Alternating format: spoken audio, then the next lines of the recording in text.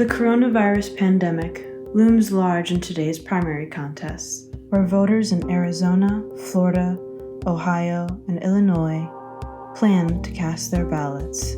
Yesterday, President Trump addressed the nation on COVID-19, adding stricter rules on social distancing. We've made the decision to further toughen the guidelines and blunt the infection now. We'd much rather be ahead of the curve than behind it, and that's what we are.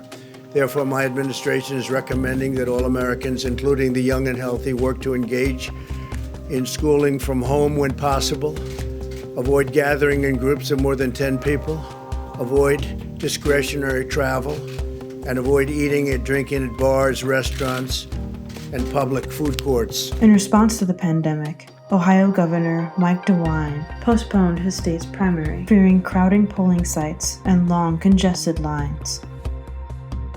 But Arizona, Florida, and Illinois still plan to vote. Before the pandemic broke in the United States, voter turnout in this election cycle appeared to be on the upswing. We wanted to start gauging voter enthusiasm for the general election. Here's what we found out.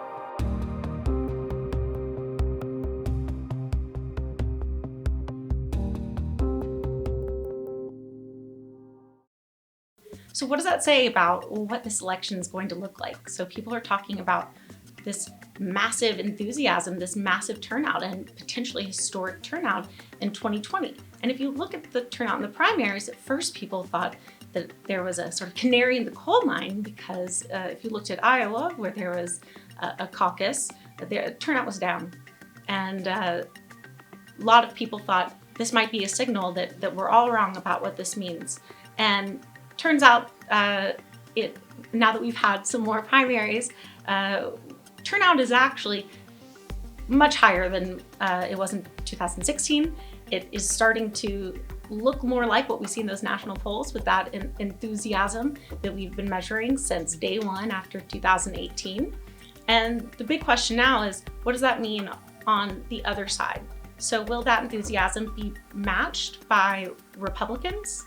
And are there enough Democrats in the right places because of the nature of districting, where that enthusiasm gap and the numbers work out to produce big victories for Democrats?